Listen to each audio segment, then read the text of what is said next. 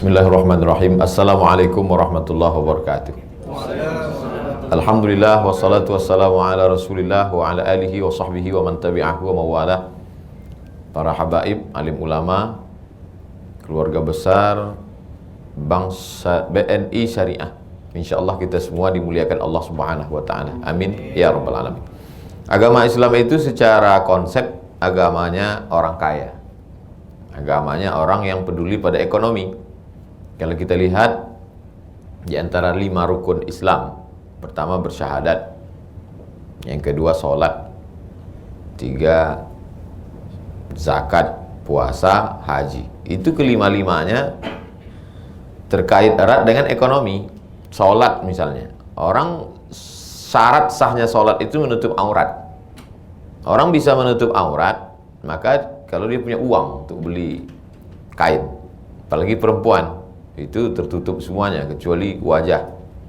Lalu kemudian zakat apa lagi? 40 ekor kambing pasti. Lalu kemudian emas 85 gram.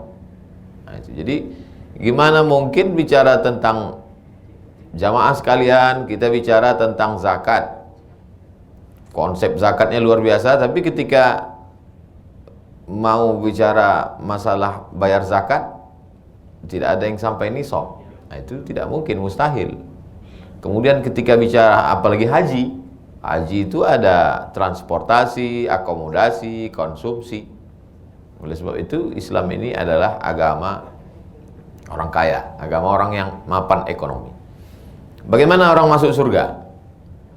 Masuk surga itu ceritanya duit. Man bana masjidan, siapa yang bangun masjid, banallahu mislahu baitan fil jannah, dibangunkan Allah satu tempat dalam surga. Jadi kalau mau booking tempat di surga itu bangun masjid.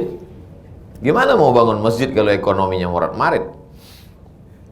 Kemudian jihad fisabilillah, beli kuda untuk perang, beli tombak, beli baju besi, itu semuanya cerita masalah duit. Ayat dalam Al-Quran yang paling panjang, surat Al-Baqarah 282. A'udzubillahi minasyaitonirrajim. Ya ayyuhalladzina amanu, hai orang beriman, idza tadayantum, kalau kamu menjalin transaksi, bidainin, hutang piutang, ila ajalim musamma, sampai tanggal batas waktu tertentu, faktu, tulislah. Ayat paling panjang dalam Quran cerita tentang ayat duit, transaksi hutang piutang. Lalu kemudian Nabi Muhammad SAW itu dibawa oleh pamannya berdagang ke negeri Syam. Semua cerita Nabi Muhammad dibawa berdagang. Sebelum lahir ke dunia ayahnya meninggal. Umurnya dalam kandungan Aminah 2 bulan. Perjalanan apa itu ayahnya? Perjalanan dagang. Nabi Muhammad sendiri ketemu dengan Khadijah, bisnis dagang. Jadi jangan bayangkan Nabi ketemu Khadijah itu tablik akbar. Ketemu istri waktu dagang. Lahir ayah nggak di rumah, berdagang. Dibawa oleh paman, dagang. Surat Quraisy itu tentang dagang. Li'ila fi Quraisy, perjalanan dagang orang Quraisy. Ila fihim rihlatas syita was-shaib. Besok ini hari terakhir bulan Zulhijjah. Besok kita sudah 1 Muharram. Itu cerita tentang hijrah.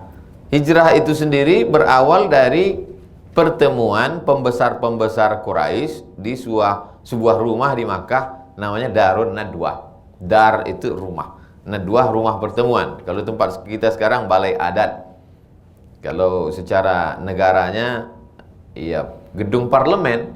Gedung parlemen di Makkah itu namanya Darun Nadwah.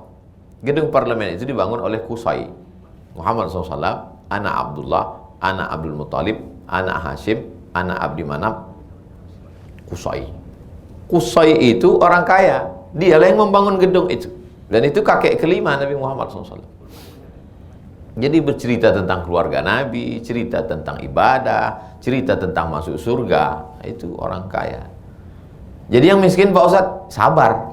Sabar masuk surga. Nggak sabar, masuk neraka. Sudah miskin, melarat, nggak sabar, neraka jahanam. Oleh sebab itu maka kalau cerita tentang masalah uang, ekonomi, Islam itu amat sangat membangkitkan ekonomi. Makanya ada satu fikih khusus tentang uang. Selama ini kita fikih sholat, fikih puasa, fikih politik, ada namanya fikih muamalah. Muamalah itu interaksi sosial, gadai menggadai barang, pinjam meminjam. Makanya Nabi Muhammad SAW itu ketika sampai di kota Madinah, dia bangun pasar. Dan sahabat Nabi bernama Abdurrahman bin Auf itu minta tunjukkan, dullani ala suqikum, tunjukkan saya mana pasar. Maka dibuatlah pasar Islam untuk supaya tidak ada riba di dalam, membedakan dengan pasar orang Yahudi. Idza nudiya lis salati mi yaumil jumu'ah, kalau kamu dipanggil azan hari Jumat, fas'au ila dzikrillah, bersegeralah mengingat Allah, maksudnya segera ke masjid. Wa dzarul bai', tinggalkan jual beli. Karena memang bisnis waktu itu sibuk sekali jual beli. Kalau sudah azan, stop. Fas'au ila dzikrillah, segeralah mengingat Allah. Tapi nanti setelah selesai sholat, idza qudiyatis shalah, kalau sudah selesai sholat, fantashiru fil ard, bertebaranlah di atas muka bumi. Wabtaghu min fadlillah, dagang lagi. Bahkan ketika haji mereka takut dagang.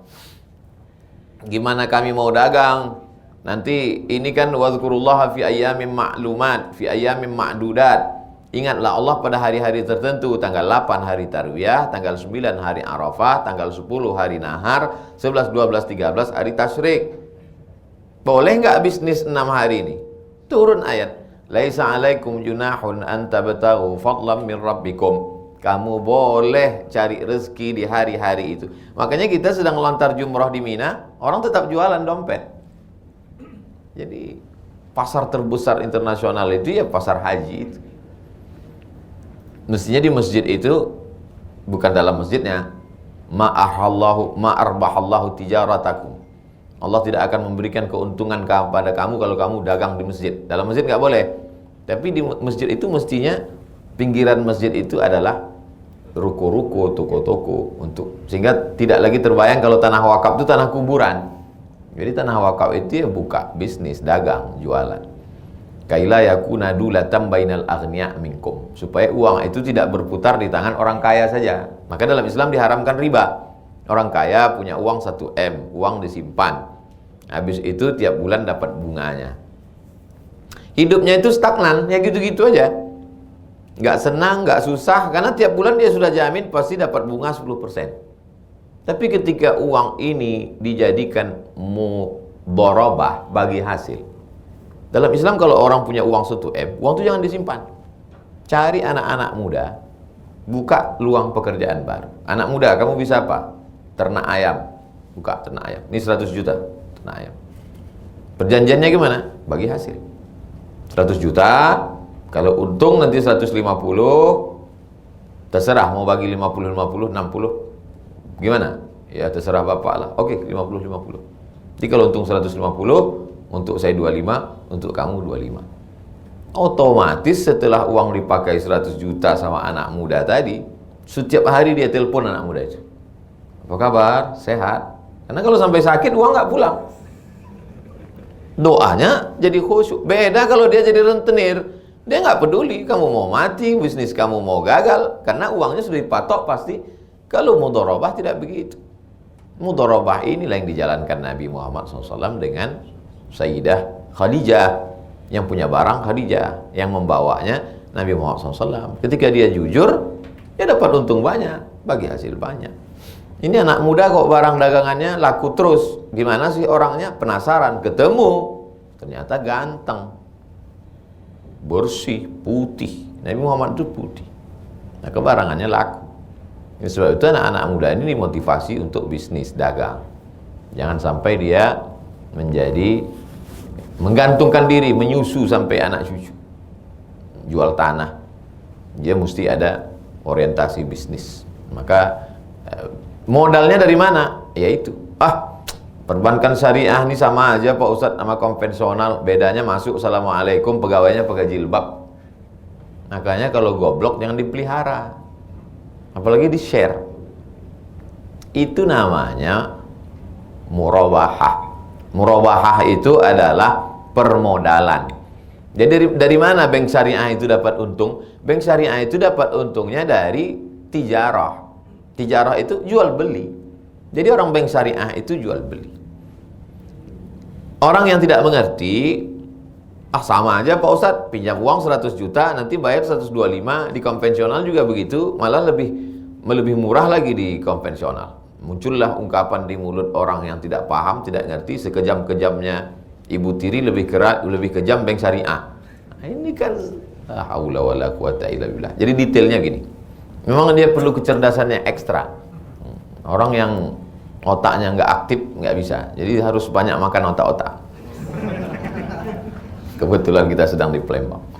Jadi gini, saya mau usaha, tapi uang nggak ada. Lalu saya datang ke Bank Syariah. Assalamualaikum, Bank BNI Syariah. Ya, BNI Syariah. Saya mau pinjam uang. Oh, nggak bisa, kata BNI Syariah. Karena pinjam uang, bayar uang, riba. Nggak bisa. Bapak mau buka apa? Saya rencana ini mau beli apa? Mau beli mobil. Berapa harga mobilnya? 200 juta.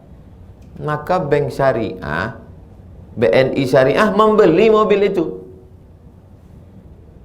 Bank Syariah membeli mobil itu seharga 200 juta.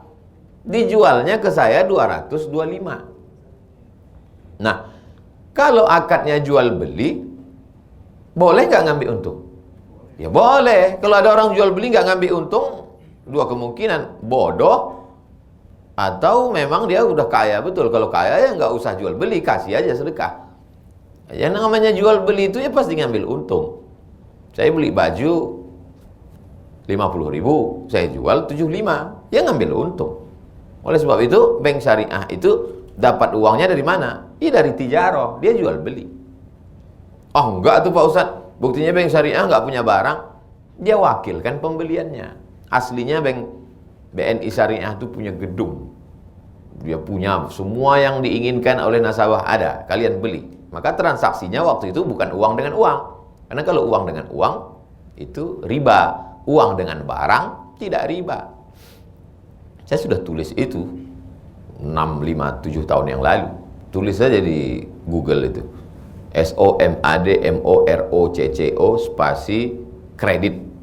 Somat Moroko spasi kredit. Enter, dapat 3 fatwa ulama saya buat. Saya copy di situ, saya terjemahkan bahwa uang dengan barang tidak riba. Tapi kalau saya terlambat bayar kan tetap kena denda juga Pak Ustadz. Apa bedanya dengan di konvensional? Denda Anda di Bank Syariah itu adalah punishment, takzir supaya ente menjadi orang yang disiplin. Tapi denda itu kemudian nanti dibagikan untuk masalih amah, kemaslahatan, kepentingan umum. Denda itu dibagikan ke panti jompo, anak yatim, fakir miskin, duafa, masjid, kepentingan umum. Itu beda denda syariah dengan konvensional. Insya Allah BNI Syariah denda udah ditiadakan Ustaz. Nggak ada denda. Apalagi. Tapi saya justru khawatir kalau nggak ada denda ini nanti orang nggak bayar. Denda itu, jadi orang katakan kalau denda di situ riba, dimanfaatkan untuk apa? Ini kadang umat ini ada yang ribet dengan umat ini. Dia kalau AC rusak, dia bawa ke servis AC. Kalau motornya rusak, dia bawa ke bengkel. Tapi kalau pemahaman agamanya rusak, dia nggak nanya ustadz, dia mikir sendiri. Ini ada ketimpangan pemikiran. Ketika naik pesawat, kenapa ketika tentang masalah ini nggak mau nerima fatwa DSN, Dewan Syariah Nasional? Ini BNI Syariah ini ada Dewan Syariahnya. Percayakan saja. Cuman dia nggak percaya sama Dewan Syariah. Tapi waktu naik pesawat dia percaya sama pilot. Ini kan unik orang. Waktu naik pesawat nggak pernah tuh dia ketuk pintu pilot, dia nanya, Pak pilot ini handbrake-nya mana, remnya mana, koplingnya mana, minyaknya masuk ke mana, ini minyak campur atau minyak murni? Nggak pernah mau tahu dia tentang pesawat. Dia udahlah serahkan aja ke pilot. Tapi dalam masalah ekonomi syariah, yang itu mesti ada orang tahu sumber hukum Quran, hadis, ijma', qiyas, syar'u man qablana, saddu zara'i, qaulu sahabi, istihsan, istishab, urf, usul fiqh. Di situ dia mau tahu betul gimana ini prosesnya. La ilaha illallah. Ente nggak sanggup ini terlalu berat bagi kamu guys. Ini cukup bagi kami aja. Jadi kalau udah ada fatwa Dewan Syariah Nasional tentang terkait itu, murabahah permodalan syariah, mudharabah bagi hasil, wadi'ah penitipan penyimpanan uang, akadnya itu apa? Di akad itulah bedanya. Oleh sebab itu pahami dengan baik. Jadi kalaulah di ekonomi, di perbankan syariah, BNI syariah sudah menerapkan secara prakteknya di masyarakat, teorinya di masjid. Habib menjelaskan, Ustadz, Kiai, Buya, alim ulama di masjid menjelaskan, Bapak Ibu jamaah sekalian, malam ini yang akan kita bahas adalah mudharabah bagi hasil. Berapa sebenarnya keuntungan yang boleh diambil oleh pemodal. Dari maghrib ke isya pembahasan mudharabah. Jadi nggak lagi pembahasan rukuk, sujud itu nanti duluan lutut apa tangan, kunut subuh, la haula wala quwata illa billah. Itu sudah selesai di perbandingan masa. Celana di bawah mata kaki. Yang dibahas celana di bawah mata kaki. Orang sekarang celananya di atas lutut. Kenapa itu nggak dibahas? Ini bawah mata kaki itu udah dibahas semua. Oleh sebab itu menyibukkan diri dengan sesuatu yang nggak penting itu adalah ciri sifat dari min husni islamil mar'i tarkuhu ma la ya'nihi. Kalau mau melihat kualitas keislaman seseorang, lihatlah bagaimana dia membahas sesuatu yang tak penting. Oleh sebab itu saya amat sangat bangga tumbuhnya sekolah tinggi ekonomi syariah. Tapi dia mesti berbanding sama dengan praktek di tengah masyarakat. Sekarang ekonomi syariah kita hanya baru 6-7%. Jadi kalau begitu 93% belum syariah, belum hijrah. Ini momennya. Kalau pengajian di mana-mana langsung aja. Hari ini juga buka tabungan Anda, pindahkan ke bank syariah. Kemana Pak Ustadz? BNI syariah. Emangnya Ustadz punya tabungan BNI syariah? Ya, oleh sebab itu maka ini BNI syariah salah satu. Jadi ini negara ini kita tinggal bukan negara Islam, negara demokrasi. Tapi di sana kita tidak dilarang untuk menjalankan syariah, termasuk ekonomi syariah. Maka diaturlah bahwa bank konvensional boleh membuka divisi syariah. Bank konvensional dia buka satu divisi syariah, tapi waktunya cuma 16 tahun. Kalau dalam 16 tahun dia gagal membuat divisi syariah ini menjadi independen, tetap nyusu juga ke ibu konvensional, maka dia di stop. Alhamdulillah BNI syariah, walaupun dia masih pakai nama ibunya BNI, tapi dia sudah menjadi yang berdiri sendiri. BNI syariah ini sudah berdiri sendiri. Ini salah satu contoh yang berhasil berdiri sendiri sebagai sebuah. Sebetulnya di Arab itu di Arab namanya Islamic Bank. Cuman waktu itu zaman Orde Baru nggak boleh bawa Islam. Yang bawa Islam. Jadi kalau ngadap sama presiden bawa Islam langsung nggak keluar izinnya. Maka ini apa nama banknya? Nama banknya Bank Syariah. Kasih izin. Padahal isinya Islam. Sama juga orang mau buat masjid di daerah minoritas, nggak boleh masjid. Gitu. Datang surat proposal, surau, nggak apa-apa. Padahal orang buat sholat Jumat di surau. Nah, jadi itu termasuk siasat. Kita mesti pandai bersiasat. Jadi umat Islam, bagaimana kita mensupport ini? Saya kalau mati 10-23 tahun lagi, mati meninggal dunia, belum tentu juga bank syariah ini selesai. Tapi saya tidak berkecil hati, paling tidak kita sudah berkontribusi. Kalau ditanya Allah Ta'ala, Abdul Somad, kau sudah sampaikan? Sudah kusampaikan, ya Allah. Di mana? Di BNI Syariah Palembang. Kami sudah sampaikan.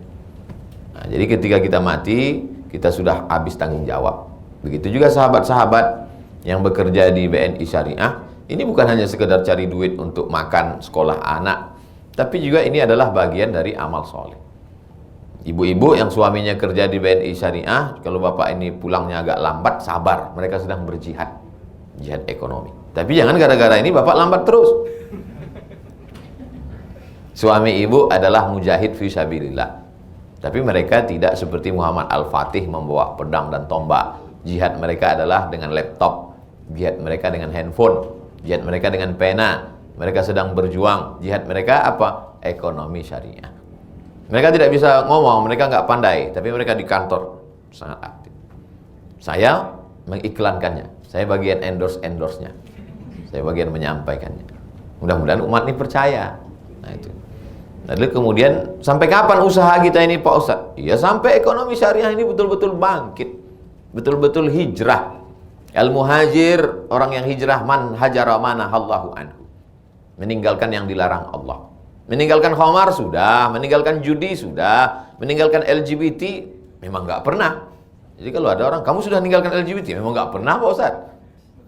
Nah, tapi meninggalkan riba, ayatnya dibacakan qari kita tadi, fa'zanu biharbim minallah. Siapa yang belum juga meninggalkan riba, berarti dia sudah ngajak perang sama Allah. Berani ngajak perang sama Allah SWT. Alhamdulillah nasabah-nasabah yang sudah bergabung ke BNI Syariah semakin yakin, semakin kuat. Yang belum, bergabunglah. Manfaatkan momen hijrah ini. Selama ini bingung kapan momennya. Ini momennya, momen hijrah 1 Muharram. Saya kira sebagai pengantar dialog kita, demikian saya kembalikan ke moderator.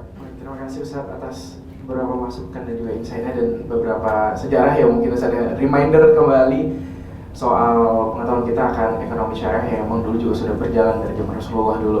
Mungkin kita langsung ke sesi tanya jawab Ustaz, izin ya? Ya. Boleh tolong dibantu untuk, jadi ada beberapa pertanyaan yang sudah masuk. Jadi itu mungkin dari yang paling atas ya. Dari yang paling atas. Assalamualaikum warahmatullahi wabarakatuh. Saya ingin bertanya Ustadz, apabila kita menabung dengan akad mudharabah atau bagi hasil, apakah boleh kita gunakan sendiri atau sebaiknya kita serahkan kemana? Padahal di bank syariah itu ada pilihan lain berupa titipan atau al-wadiah, tapi kita malah pilih mudharabah. Apakah kita berdosa? Apakah itu termasuk riba? Terima kasih Ustaz. Jadi ketika menyetorkan uang ke bank syariah, BNI syariah, itu akadnya di awal itu jelas. Apakah wadiah? Kalau wadiah, ya menitipkan uang. Saya nggak berani menyimpan uang ini di rumah Pak Ustadz. Kenapa? Takut maling ya? Enggak, takut istri saya Pak Ustadz. Tidak semua, sebagian. Ada sebab takut dia duit itu hilang, maka dititipkannya. Ya, itu akadnya ya wadiah. Sebagaimana orang menitipkan di bank, menitipkan uang, tempat penitipan uang. Tapi kalau dia akadnya di awal itu mudharabah, bagi hasil, maka uang ini nanti akan diinvestasikan. Yang namanya mudharabah bagi hasil, dia dapat keuntungan. Hanya saja keuntungannya ini kan tidak sama. Ada yang dapat untungnya tinggi, bisnisnya lancar. Ini dipakai bisnis untuk sarang walet, ini dipakai untuk macam-macam bisnis. Dan di bank BNI Syariah, tidak semua bisnis itu diterima. Jadi kalau bisnisnya terkait dengan khamar, prostitusi yang haram, itu ditolak oleh bank syariah. Ini kami ada bisnis, diperiksa dulu bisnisnya sesuai enggak dengan ajaran Islam. Itulah gunanya ada dewan syariah di sana. Nah, kalau saya waktu meletakkan uang itu akadnya mudharabah bagi hasil, ya. Lalu kemudian uang saya ini diinvestasikan. Saya dapat keuntungan. Halal enggak? Ya halal. Kan dia bagi hasil. Dia bukan bunga. Nah, jadi kalau paham secara fikih, kalau nggak paham, terima saja fatwa Dewan Syariah Nasional. Dewan Syariah Nasional itu bukan kacang-kacang, bukan kaleng-kaleng. Itu orang-orang yang berkualitas, profesor-profesor, doktor-doktor yang di bidang dia, bidang hukum Islam, lebih khusus lagi ekonomi Islam. Nah, jadi kita percayakan kepada ati Allah, taat kepada Allah, wa atiur Rasul, taat kepada Rasulullah SAW, wa ulil amri. Ulil amri itu diantara ulil amri ulama. Ulama dalam bidang syariah ini. Dewan Syariah Nasional, bukan sekelompok orang yang cuman bisa baca Iqra, ujuk-ujuk mengeluarkan fatwa, bisa ditangkap dia. Ini negara kita negara hukum. Jadi jangan ragu sedikit pun yang memperoleh hasil dari mudharabah. Insya Allah halal digunakan sendiri boleh ya Ustaz ya. Jadi ditanya apakah harus dibagikan atau boleh digunakan sendiri? Dia masih remang-remang antara bunga bank konvensional dengan hasil mudharabah. Ini masih abu-abu. Yakinkan Anda sudah sarapan biar jelas mendengar suara saya. Itu mungkin udah terjawab pertanyaan dari Ibu belum, saya jelaskan. belum. Anda menyimpan uang di bank konvensional. Lalu kemudian konvensional nggak ada wadiah, nggak ada mudharabah. Akadnya tunggal saja. Pokoknya asal meletakkan, diinvestasikan mereka. Dan saat investasi itu nggak ada investasi halal haram. Hantam kromo bantai saja, riba sudah. Dan setiap bulan akan dapat untung. Nah, uang ini haram.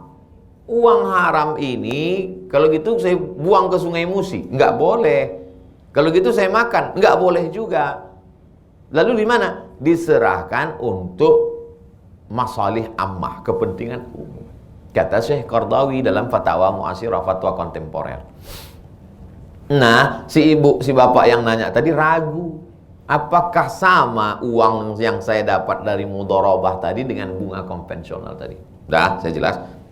Yang hasil dari konvensional tadi tidak boleh dimakan, tidak boleh dipakai, tidak boleh untuk apapun, serahkan untuk kepentingan umum. Tapi kalau bapak ibu dapat dari hasil mudharabah, itu halal. Saya masih ragu Pak Ustadz, kirim ke saya. Nanti saya berikan beras, bukan untuk saya. Saya berikan beras, saya belikan beras untuk bagi sembako fakir miskin tiap bulan. Kami punya program tiap bulan. Nah, oleh sebab itu maka saya yakin saya ragu ini karena sedikit. Biasanya orang ragu sedikit. Kalau udah banyak, yakin saya Pak Ustadz, yakin.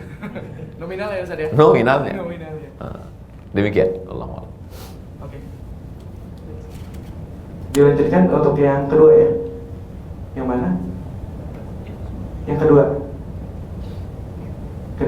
Bismillahirrahmanirrahim. Assalamualaikum Ustadz, nama saya Anik Sumarni. Pertanyaannya, saya pernah baca buku Ustadz bahwa katanya kalau yang berlabel syariah itu tandanya tidak syariah, karena contohnya nggak ada Islam syariah, salat syariah, puasa syariah. Mohon penjelasannya Ustadz. Kalau yang berlabel syariah itu tandanya tidak syariah. Ini orang-orang yang meruntuhkan semangat ekonomi syariah. Orang-orang seperti ini masuk kategori alladzi waswisu fi sudurin nas minal jinnati wan nas. Oleh sebab itu bukunya jangan dibaca, jangan dihiraukan. Ikuti As-Sawadul A'zam, ulama kita dari Dewan Syariah Nasional. Macam-macam cara untuk meruntuhkan semangat, dan mereka tidak memberikan alternatif, nggak memberikan solusi. Oleh sebab itu jangan hiraukan yang model-model begini. Kalimat aja berbolak-balik, berbelit-belit. Kalau nggak syariah.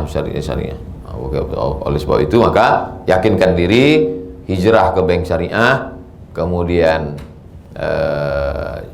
jangan lagi kembali ke konvensional. Adapun yang tidak syariahnya bank syariah, menunjukkan syariah berarti nggak syariah, itu nggak usah diikuti. Kuatkan, tanya ke ustadz yang betul mengerti, kemudian yang paham dan ada semangat jihadnya, jihad dalam ekonomi syariah. Yang jelas untuk bertanya cari memang sumber yang benar-benar berilmu Ustaz ya. Jangan tanya ke Google juga yang jelas. Jangan cari ke Google. Google tuh nggak bisa membedakan mana halal mana haram. Google tuh apa yang antum cari ada di situ. Prostitusi online aja dilayani Google. Oke, kita lanjut ke pertanyaan selanjutnya Ustaz ya. Assalamualaikum, afwan Pak Ustadz, di bank syariah ada tabungan yang memberikan bagi hasil nasabahnya, dan tabungan ini ada biaya administrasinya.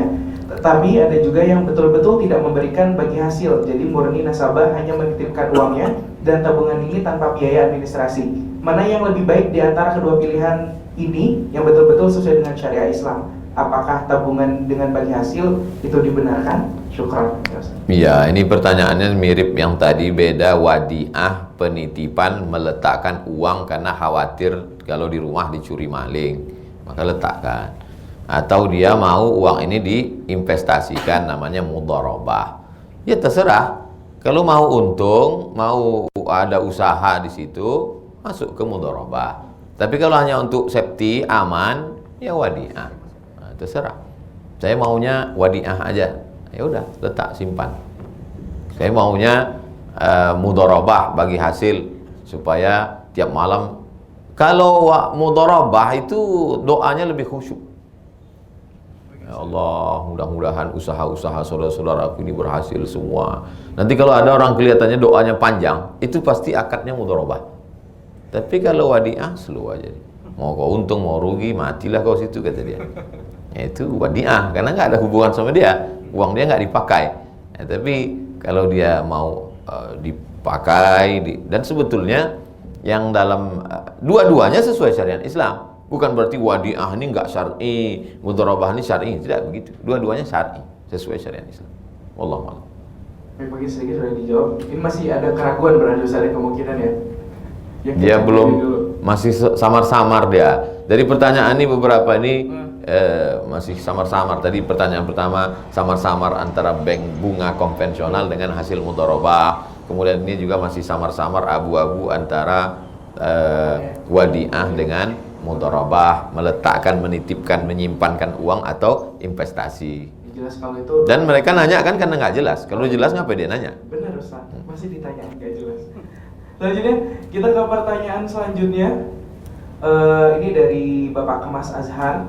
Assalamualaikum Ustaz, semoga Ustaz selalu berada dalam lindungan Allah Subhanahu Wa Taala. Waalaikumsalam. Ustaz, saya mau bertanya bagaimana ya caranya mengambil keuntungan secara syariah dan sesuai tuntunan agama. Karena saya mu'alaf, saya belum paham betul tentang bagaimana batas boleh mengambil keuntungan dalam berdagang. Yang saya pernah baca, dulu cara Rasul berdagang, beliau menyebutkan modalnya terserah yang mau beli bayar berapa pada Rasul.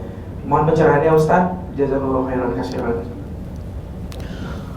Cara yang dibuat Rasul zaman dulu, kalau kita terapkan sekarang, orang ketawa ngejek kita. Dulu waktu saya masih kecil ya, waktu itu supermarket belum sebesar sekarang.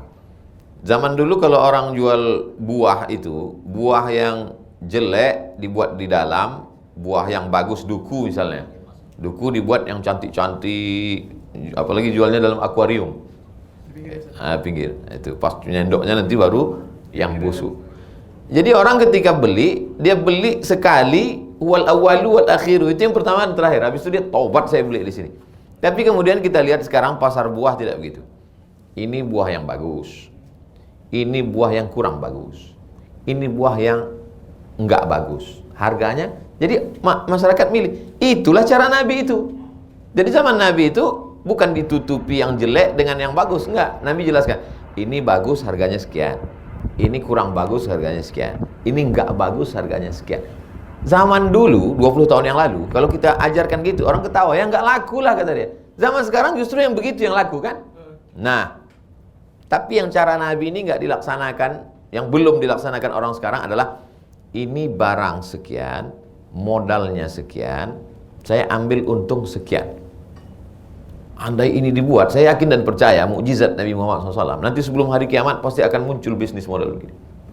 Karena orang berani bayar berapapun karena dia trust, dia percaya. Tapi begitu dia ditipu, sekali dia ditipu, sampai hari kiamat dia nggak mau lagi. Nah, Bapak baru masuk Islam. Catatan amal Bapak tentang dosa 0. Mudah-mudahan Bapak, mumpung Bapak belum banyak dosa, doakan juga BNI Syariah supaya berkembang pesat. Nah, saya mau jelaskan bahwa menyebutkan berapa modal, berapa keuntungan itu bukan rukun, bukan syarat, bukan wajib. Jadi kalau Bapak jualan, Bapak dagang, Bapak cukup sebutkan harga saja, nggak usah tipu-tipu, tanpa harus menyebutkan ini celana kainnya saya impor dari upah jahitnya sekian, saya ambil untung sekian, kamu mau nggak mesti begitu. Jadi Bapak, saya paham Bapak kan baca sejarah Nabi, lalu apakah mesti begini? Enggak. Jadi Bapak jual, innamal bai'u antaradin, jual beli itu sama-sama ridho. Penjualnya setuju, pembelinya setuju, nggak ada unsur tipu, dia jual, sah. Nah, itu. Tapi seandainya dibuat seperti yang dilakukan Nabi, itu luar biasa.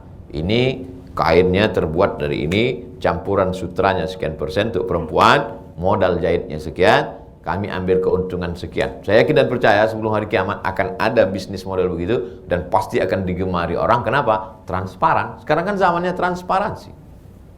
Demikian. Kita lanjutkan kembali.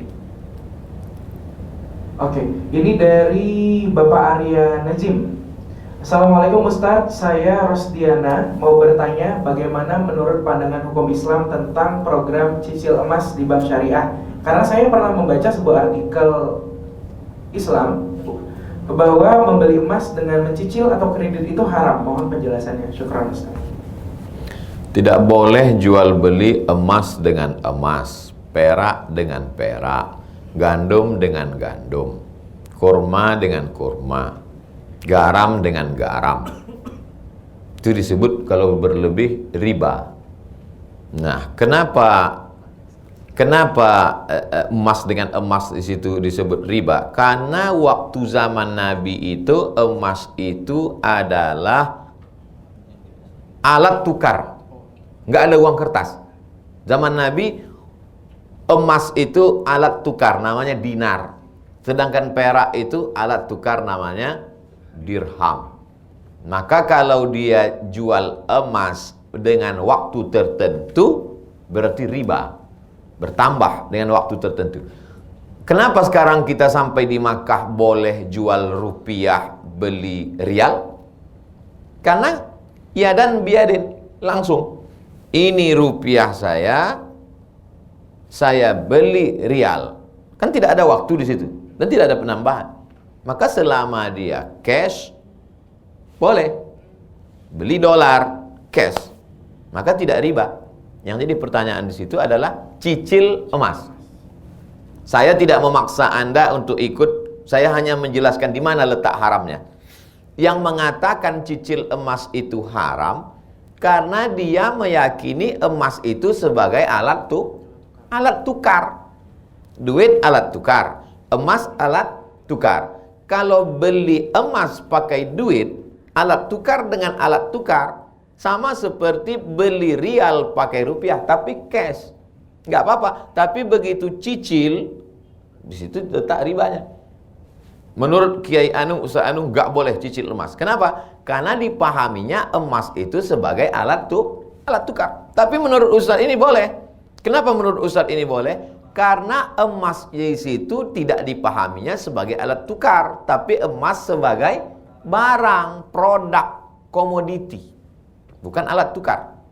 Nah, sekarang masih adakah orang memakai emas sebagai alat tukar? Itu yang jadi pertanyaan. Jadi bagi mereka yang mengatakan boleh aja beli emas dengan uang cicil karena sama seperti dia beli mobil cicil, beli rice cooker cicil. Sekarang orang kan semua dicicil, rumah cicil, motor cicil. Yang cash itu cuma istrinya aja. Bayar untuk emas tunai. Jelas ya? Yang mengatakan cicil emas itu haram karena dia meyakini emas itu sebagai alat tukar. Yang mengatakan cicil emas tidak haram, halal, boleh, karena dia pahami emas itu sekarang bukan alat tukar tapi sebagai barang. Allah Allah. Satu pertanyaan lagi ya yang via Q&A. Oke. Assalamualaikum Ustaz, dalam prakteknya akad dan transaksi harus sesuai dengan fatwa MUI. Di dalam bank syariah itu Dewan Syariah. Apakah Dewan Syariah itu berfungsi seperti OJK?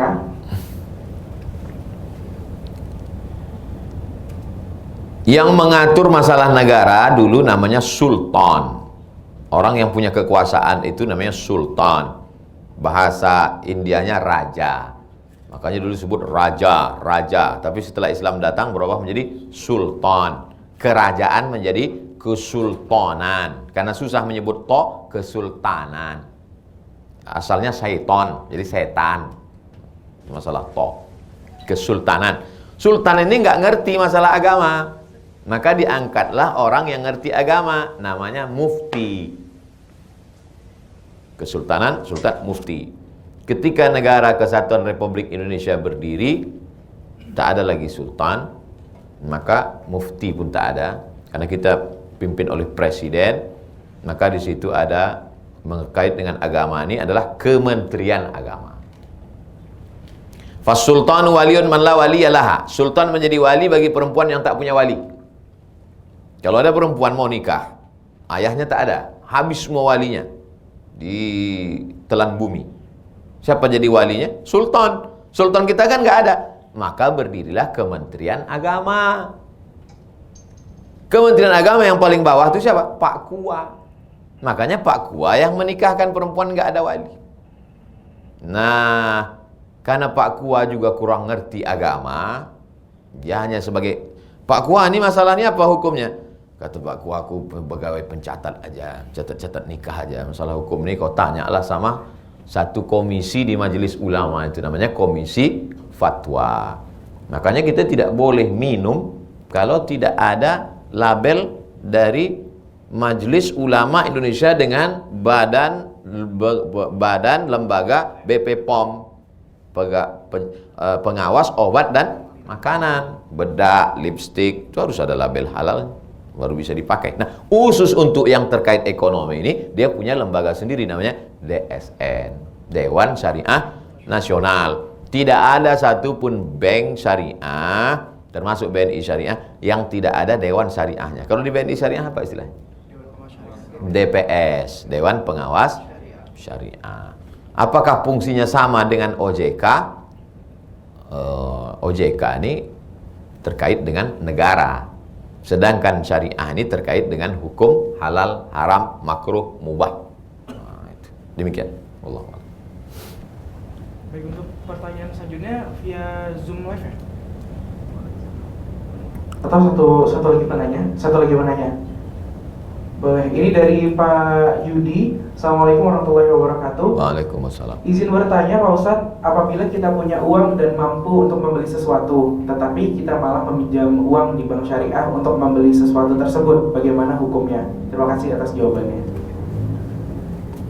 Kita punya uang 200 juta untuk beli mobil.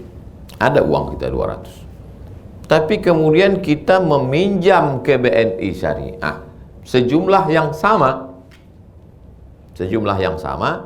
artinya kita mau cicil. Ini terkait tentang masalah hukum hutang dalam Islam. Boleh nggak kita ngutang? Kalau nggak boleh ngutang, ngapain ayat yang paling panjang tentang hutang? Ayat paling panjang tentang Nabi Muhammad SAW meninggal dunia. Wadir'uhu marhunatun inda yahudiyin. Baju besinya, Nabi itu punya baju besi namanya dir'ah. Itu tergadai. Orang gadai itu kan ngutang kan? Saya pinjam uang bapak ya, saya ngasih Pak Ustadz, tapi nanti kalau Ustadz nggak bisa bayar, Ustadz gadaikan apa? Ini saya gadaikan gadai. Artinya saya ngutang. Nabi Muhammad SAW meninggal dunia dalam keadaan ngutang. Yang nggak boleh itu ngutang riba. Itu yang nggak boleh. Jadi kalau dia ngutang ke BNI Syariah, dia sebetulnya sedang utang barang, bukan utang duit. Dia utang barang. Barang itu dibeli oleh BNI Syariah, lalu kemudian dijual. BNI Syariah dapat untung dari tijarah, dari dagang, dari bisnis. Bukan meminjamkan uang rentenir. Maka pada saat itu, mana yang lebih baik Pak Ustadz? Bisa jadi dia mau tidak pakai uang dia yang 200 tadi karena dia mau beli tanah, dia mau buka usaha, terserah. Tapi kalau saya pribadi, secara syariat Islam tidak salah ngutang. Tapi saya secara pribadi, saya nggak mau ngutang. Saya termasuk orangnya penakut. Kalau ada utang nggak bisa saya tidur semalam. Jadi saya tak pernah ngutang. Dari dulu tak pernah. Bukan berarti saya kaya banyak duit, enggak. Tapi kalau ada orang yang nggak boleh itu demi untuk prestis, untuk lifestyle hebat, mobil mewah, rumah, tapi ngutang semua. Nah, itu yang nggak boleh. Tapi selama dia tidak terjebak pada riba, maka dalam Islam hutang itu, hukum asal hutang itu adalah boleh. Wallahu a'lam. Selanjutnya kita ke pertanyaannya lewat live, Ustaz. Jadi nanti kita persilakan satu penanya untuk join ke Zoom kita. Boleh? Silakan yang sudah dipilih sama panitia.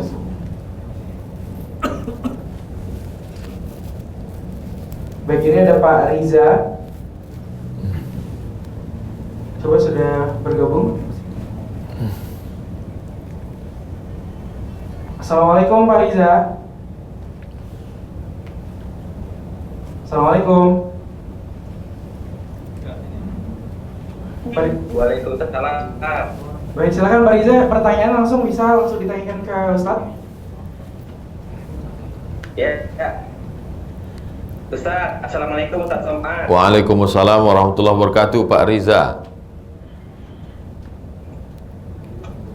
Jadi ini Ustaz, jadi dalam akhir-akhir ini saya jual beli emas itu Ustaz. Nah, jadi ada sebagian konsumen itu mau akadnya biadan biadin, cash keras itu. Ada juga yang ingin simple, jadi seperti mau dulu atau emasnya dulu gitu. Jadi saya seperti pakai fatwa yang berbeda. Dan jadi di mana dari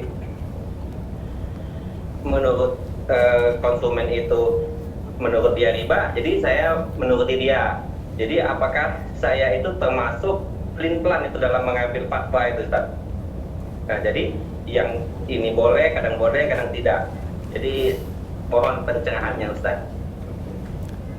Fatwa DSN, Fatwa Dewan Syariah Nasional, jual beli emas dengan cicil tidak riba karena emas itu bukan alat tukar di zaman sekarang, tapi dia dianggap sebagai komoditi, dia sebagai barang.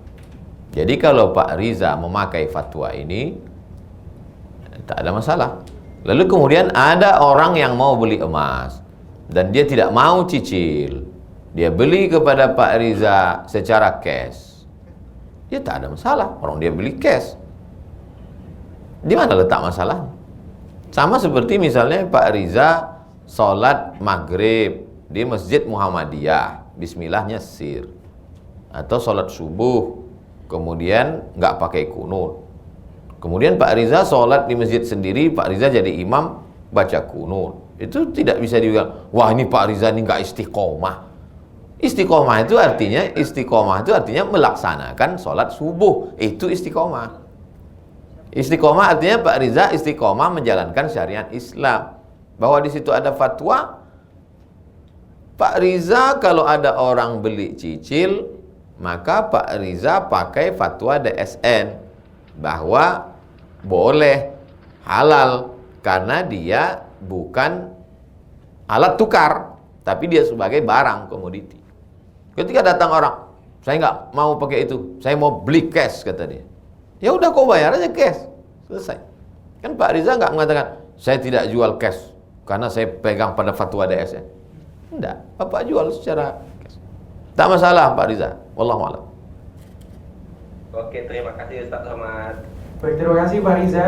Mungkin nanti Assalamualaikum. Waalaikumsalam warahmatullahi wabarakatuh. Kami persilakan lagi untuk peserta webinar untuk raise hand ya. Jadi di situ ada salah satu toolsnya. Jadi bisa memberi syarat ngangkat tangan. Jadi nanti kita bisa pilih untuk yang mau bertanya. Cuma mungkin kalau misalkan belum ada yang ingin bertanya secara langsung, boleh kita buka Q&A-nya lagi. Mungkin untuk ada beberapa pertanyaan yang bisa dipilih.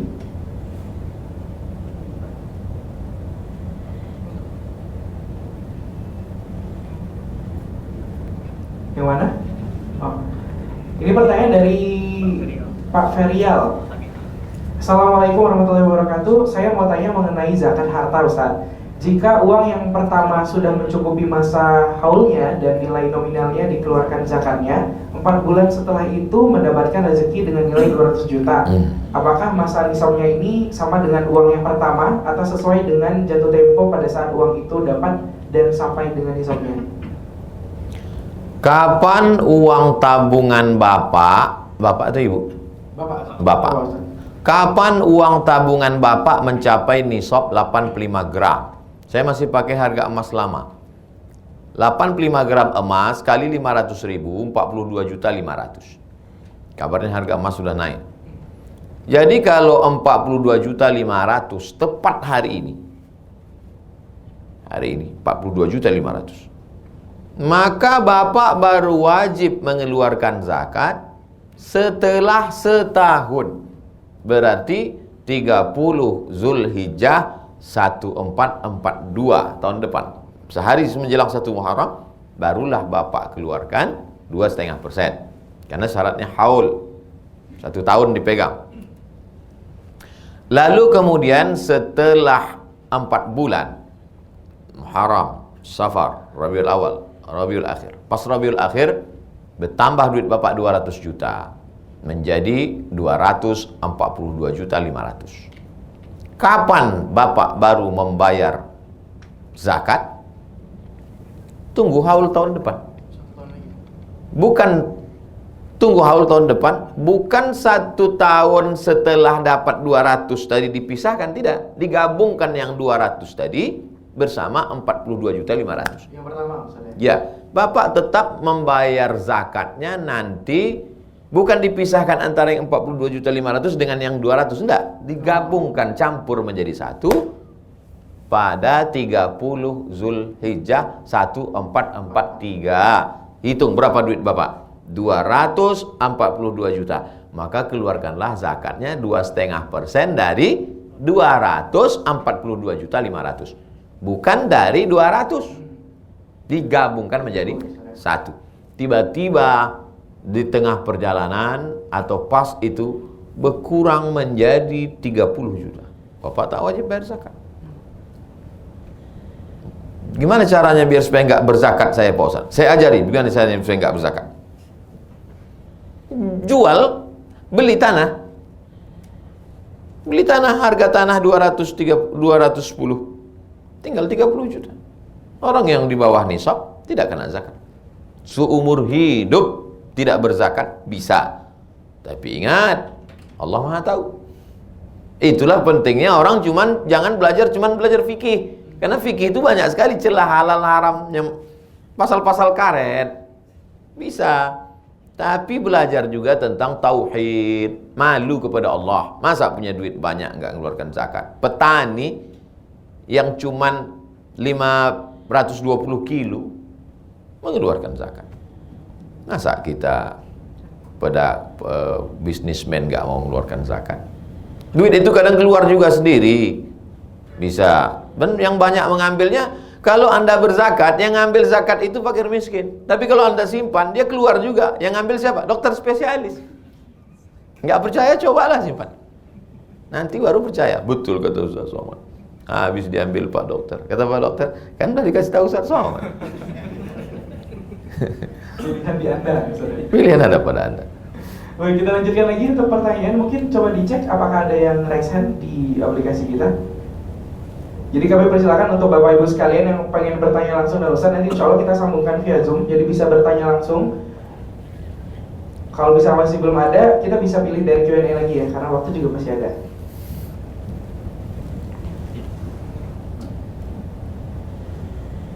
Oh, itu ada yang raise hand tuh, boleh.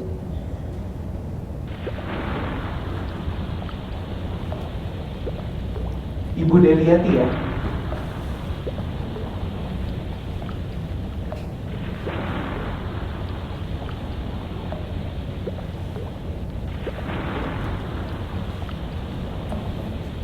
Sudah? Sudah terhubung?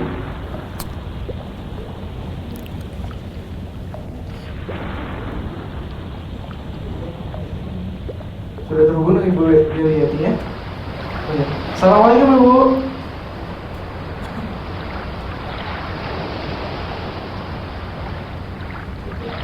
Assalamualaikum Ibu. Boleh silakan Ibu yang ingin bertanya kepada Ustaz.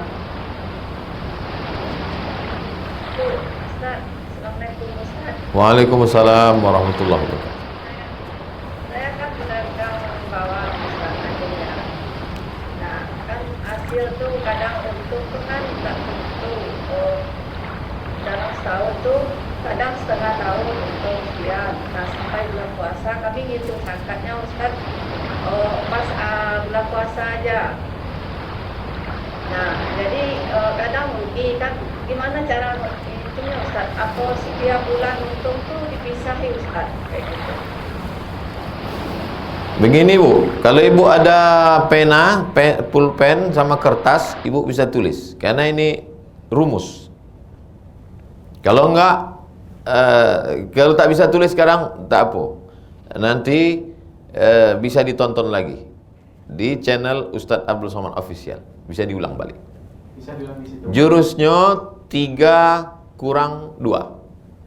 Modal yang diputar tambah untung tambah piutang kurang rugi kurang utang. 3 kurang 2. Ustaz, yang saya tanya tuh ngitungnya bulan puasa aja Ustaz kayak gitu. Iya Ibu dengar dulu. Kali kayak gitu. Modal yang diputar selama setahun. Selama setahun. Ibu sudah patok dari Ramadan, bagus. Cara saya pun bayar zakat Ramadan karena membantu fakir miskin. Setahun itu modal yang diputar tambah untung, tambah piutang, kurang rugi, kurang utang. Saya ulang sekali lagi. Modal yang diputar tambah untung, tambah piutang, kurang utang, kurang rugi. Di total selama setahun ternyata di atas 85 gram emas, di atas 85 gram kena zakat. Tapi ternyata kurang, rugi, kurang, maka tak kena zakat.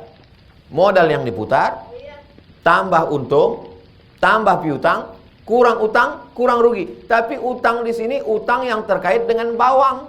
Jangan utang mobil masukkan. Nah, jelas ya, Bu? Ya, memang kayak gitu sayangnya. Udah, mantap, mainkan. Alhamdulillah. Terima kasih Bu, semoga ada menjawab ya Bu. Kalau misalnya kurang jelas mungkin nanti bisa menghubungi panitia, mungkin bisa di-share juga. Tadi bisa buka YouTube Ustaz Somad langsung ya. Ya. Ya, assalamualaikum. Waalaikumsalam warahmatullahi wabarakatuh.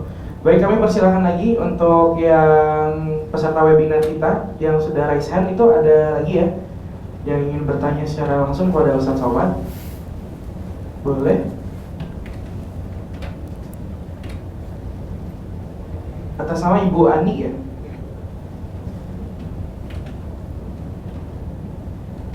Sudah terhubung?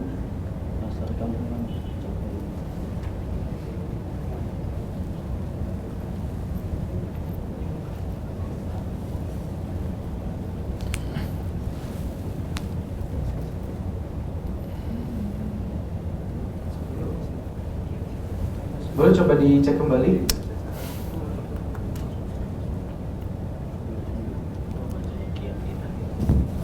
Atau kita move dulu ke Q&A dulu. Boleh? Boleh, silahkan dipilih dulu. Yang mana? Oke. Ini pertanyaan dari Ibu Suwadi.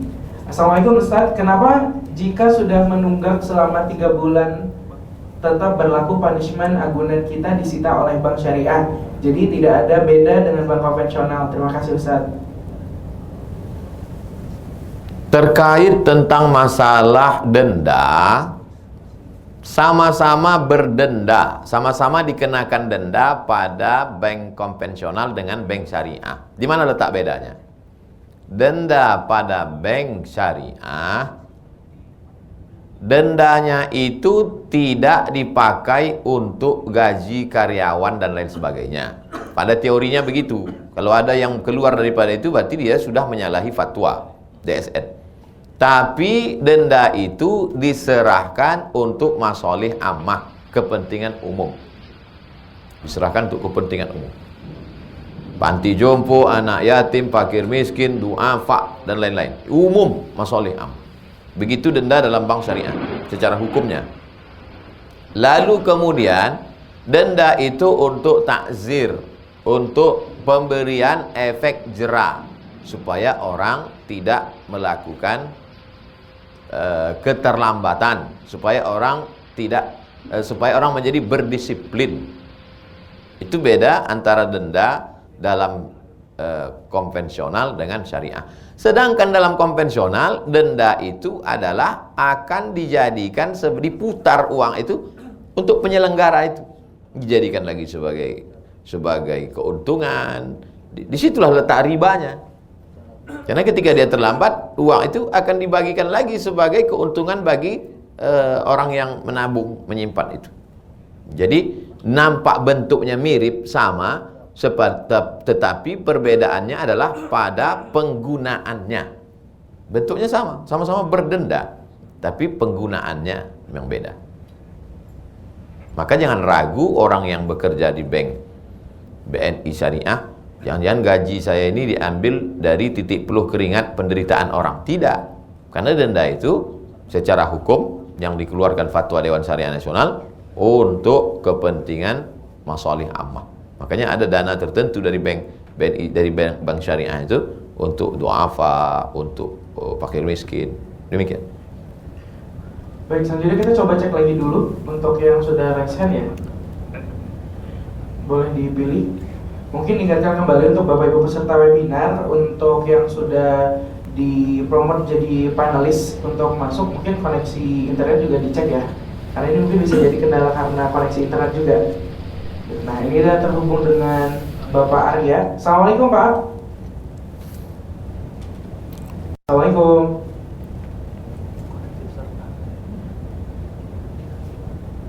Halo, Assalamualaikum.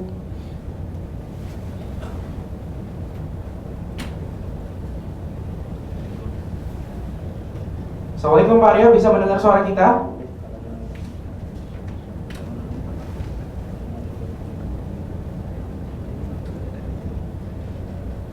Oh, ini mungkin karena mic-nya di mute, boleh diganti aja.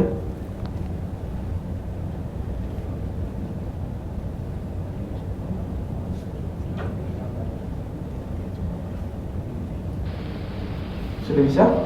Assalamualaikum. Waalaikumsalam. Waalaikumsalam. Silakan Pak Arya, pertanyaan pada Ustaz. Iya, mohon izin. Ya, mohon izin Ustadz, mohon bertanya singkat. Baik Pak Arya. Iya. Mohon maaf Ustadz, mau bertanya. Halo? Ya, silakan Pak Arya.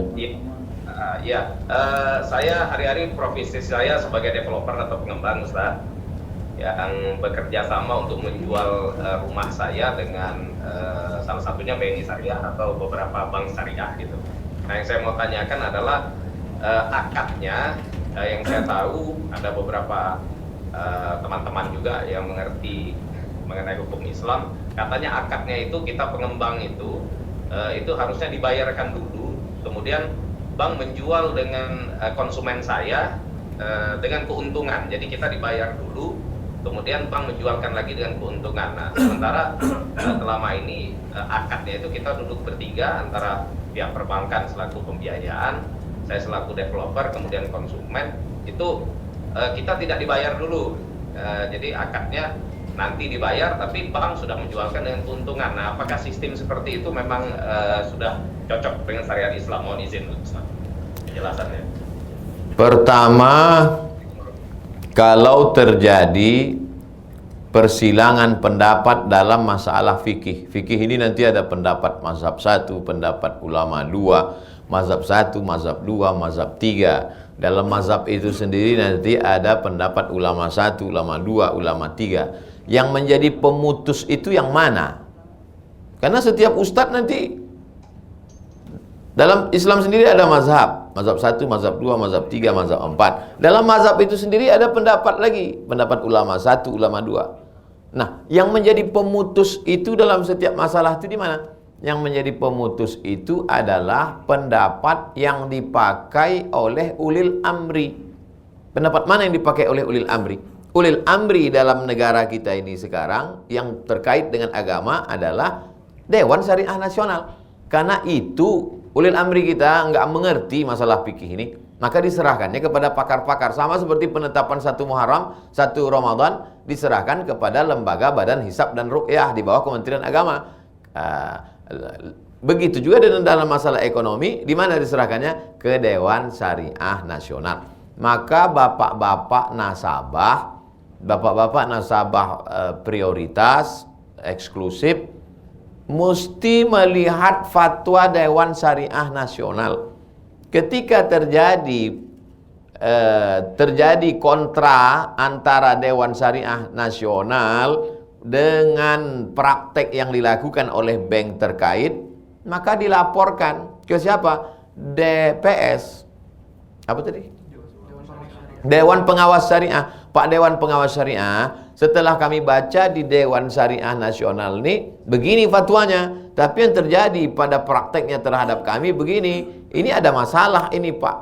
Jadi Dewan Pengawas Syariah itu ada fungsi. Nah, terkait tentang masalah akad-akad tadi, aslinya, saya ambil satu contoh, aslinya bank membeli, bank membeli Mobil itu kemudian dimiliki oleh bank. Lalu kemudian datang nasabah membeli mobil, akad dia tapi prakteknya kan tidak begitu.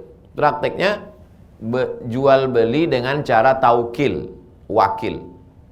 Bank memberikan uang ke si nasabah, dibelinya mobil itu ke dealer dengan cara jual beli mewakilkan. Nah itu. Kenapa? Karena memang orang bank tidak punya tempat untuk membeli mobil. Bank tak punya parkir aja payah.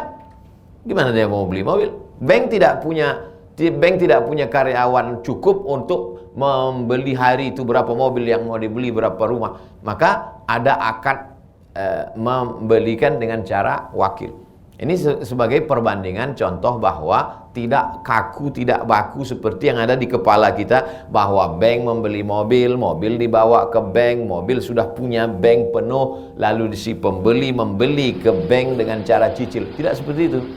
Nah, itu yang disebut fikih itu ya begitu. Fikih itu artinya tidak hanya sekedar mengerti, paham, tapi kalau dalam fatwa Dewan Syariah Nasional itu dibenarkan, maka tidak dikatakan haram, karena mereka menggodok ini dengan berbagai macam disiplin ilmu.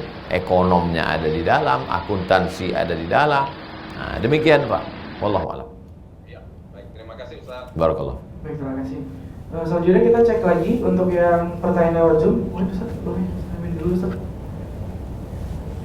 Jadi kita cek dulu yang sudah raise hand di aplikasi.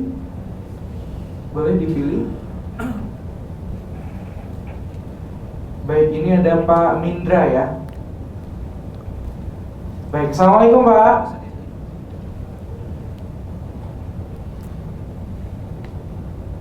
Assalamualaikum. Waalaikumsalam. Silakan Pak Mindra. Ya, apakah terdengar suara saya? Terdengar Pak, terdengar. Silakan Pak. Assalamualaikum Ustaz. Waalaikumsalam warahmatullahi wabarakatuh. Terima kasih BNI Syariah atas kesempatannya. Ustaz, saya mau bertanya, saya ini pengusaha travel umroh dan haji. Terkait cicilan umroh dan haji, apakah hukumnya bagi jamaah calon umroh ini yang memang belum punya dana yang siap untuk berangkat tapi mengambil cicilan? Dan hukumnya kami juga sebagai penyelenggara memberikan cicilan itu menalangi sebelum bank memberikan dana, apa hukumnya Ustaz? Baik. Akadnya itu permodalan. Jadi dia dibayarkan duluan, lalu kemudian dia pada dasarnya tidak sekarang tidak, sempat beberapa waktu lamanya tidak dibenarkan lagi karena membeludaknya sampai jamaah haji ini sekian puluh tahun, saking banyaknya orang, karena mudahnya mendapatkan cicilan. Pertama, bahwa uang dengan uang riba. Uang dengan uang riba. Uang dengan barang tidak riba. Yang kedua, bahwa orang boleh beribadah ngutang, itu boleh. Misalnya begini, saya mau kurban tanggal 10 Zulhijjah, tapi saya baru bisa bayar utang itu 1 Muharram. Artinya ada rentang 20 hari baru saya bisa bayar. Dengan syarat hutangnya itu yurja adauhu, ada yang diharapkan pembayarnya. Pak, pinjam saya uang 2,5 juta, saya mau kurban. Kapan Ustaz bayar? 1 Muharram panen kedelai saya. Itu bisa. Yang nggak bisa itu, pinjam saya uang, saya mau kurban. Kapan Ustaz bayar? Kuserahkan pada Allah Subhanahu wa taala. Nah, itu tak bisa. Karena tidak ada yang diharapkan pembayarannya. Saya ulang sekali lagi. Yang pertama, bahwa uang dengan uang riba. Yang kedua, boleh beribadah dengan mengutang. Dalam Majmu' Fatawa Ibnu Taimiyah itu, dia ceritakan situ tentang masalah kasus kurban. Apalagi sekarang untuk haji, itu banyak orang yang ngutang sebelum berangkat sebetulnya sudah lunas. Karena sekarang haji itu kan sampai 20 tahun. 20 tahun. Sementara 10 tahun utangnya udah lunas. Maka sebelum dia berangkat 2040, utangnya 2030 sudah lunas. Jadi yang tidak bisa itu kalau dia menghutang riba. Tapi kalau hutangnya tidak riba, pinjaman, maka dia bisa berangkat. Tapi setahu saya sekarang pinjaman ini pun di stop. Tak tahu kalau dibuka lagi. Karena negara mau mengumpulkan duit, sudah kehabisan duit. Kalau dulu sempat di stop, kenapa? Karena itu hanya akan membengkakkan lagi daftar antrian yang begitu panjang. Demikian Pak. Wallahu a'lam. Terima kasih Ustaz. Semoga Ustaz dan kita semua sehat selalu. Amin. Amin. Barakallah. Terima kasih Pak Mindra. Baik, satu penanya lagi.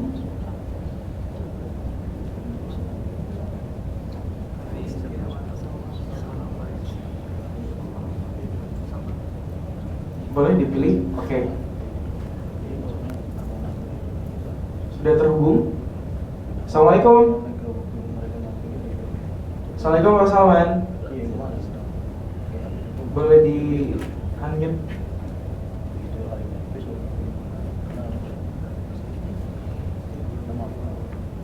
Assalamualaikum Pak Salman.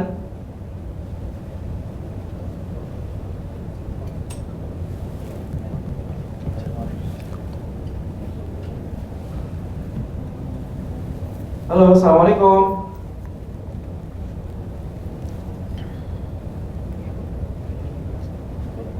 Boleh di unmute? Assalamualaikum. Waalaikumsalam. Silakan Pak Salman. Ya, jadi ada yang mau saya tanyakan nih Ustaz,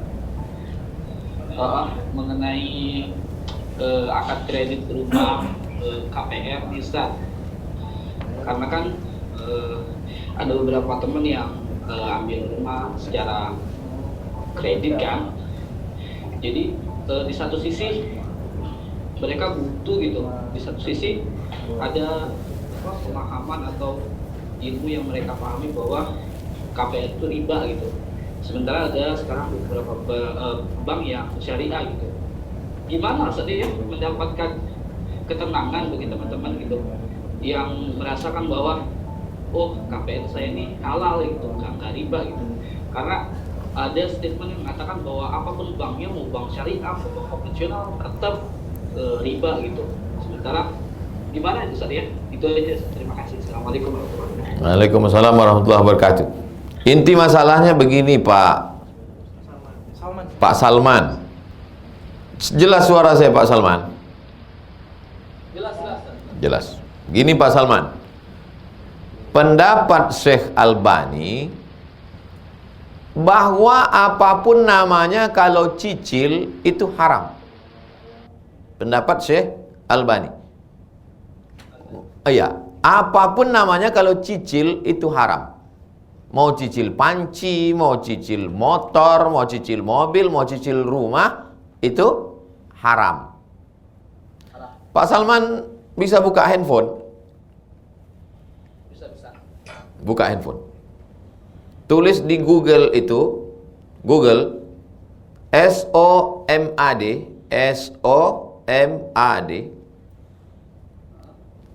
sambung, jangan ada spasi. SOMAD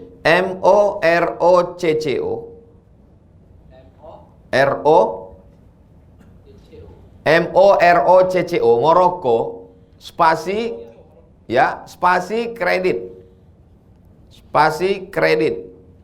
enter. Nah, sudah nampak di atas tuh Somat Moroko blogspot.com kredit, ada muncul. Nah, coba klik sekarang. Nah, coba Bapak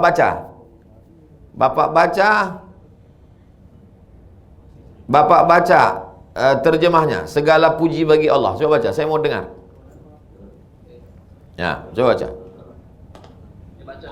Ya, segala puji bagi Allah. Coba baca. Iya, Fatwa 18 Rajab 1426 Hijriah. Ya. Segala puji bagi Allah, salawat dan salam pada Rasulullah, Ya. keluarga dan para sahabatnya. Ya. Ba'du Majma' Al-Fiqih Al-Islami, lembaga fikih Islam, Ya. memperbolehkan jual beli dengan tempo. Tuh. Coba. Membolehkan jual beli dengan Membolehkan jual beli dengan tempo. Terus, lanjutkan. Ya. Ya. Yang keenam dilaksanakan di Jeddah pada tanggal 17 Sya'ban 1410 Hijriah bertepatan dengan 14 Maret 1990 Masehi. Ya. Dengan keputusan nomor 53/22/6 tentang waktu jual beli dengan tempo atau jangka waktu. Fatwa ini dalam masalah ini boleh tambahan pada harga dengan tempo jangka waktu terhadap harga kontan dengan seterusnya sampai dengan selesai. Sumber Fatwa Asy-Syabakah Al-Islamiyah juz 170 halaman 250. Oke, sekarang kita baca fatwa kedua. Mobil-mobil yang dijual. Oke, mobil-mobil yang dijual dengan cara kredit, Ya. jika saya beli maka harganya bertambah. Jika harga kontan 15.000 rial maka dijual dengan harga lebih dari itu ketika dijual dengan cara kredit. Apakah ini riba? Jawaban, jual beli kredit itu tidak ada keberatan di dalamnya atau boleh jika waktu dan tambahannya diketahui, meskipun harga kredit lebih mahal daripada kontan. Ya. Karena penjual dan pembeli sama-sama mendapatkan manfaat. Ya. Penjual mendapatkan manfaat tambahan harga dan pembeli mendapatkan manfaat tempo atau jangka waktu. Ya. Disebutkan dalam Syekh Al-Bukhari dan Muslim bahwa Barirah itu hamba sahaya, dijual oleh tuannya dengan cara kredit selama 9 tahun. Barirah itu manusia, itu Barirah itu bukan mobil. Barirah dibeli dalam Sahih Bukhari, dijual oleh tuannya dengan cara kredit selama 9 tahun. 1 tahunnya dibayar 40 dirham.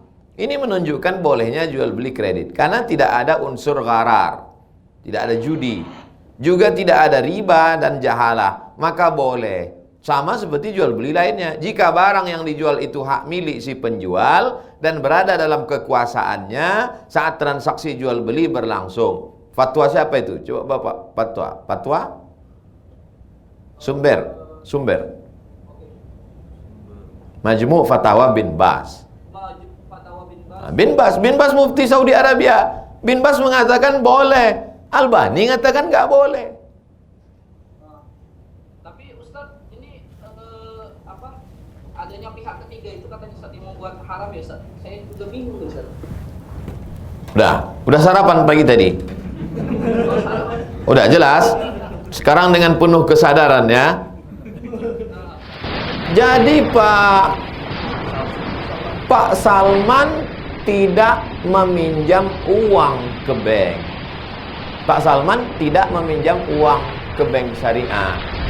Bank syariah sudah membeli. Bank syariah sudah membeli rumah itu. Lalu Pak Salman sekarang membeli apa Pak Salman? Membeli rumah. Pak Salman bukan meminjam uang, tapi Pak Salman membeli rumah dengan cara cicil.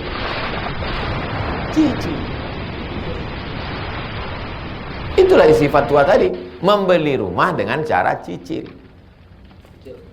Nah, Ustaz, tadi alhamdulillah udah jelas Ustaz, terima kasih Ustaz. Nah, satu lagi Ustaz ya, masalah overcredit Ustaz, itu apakah akad di atas akad?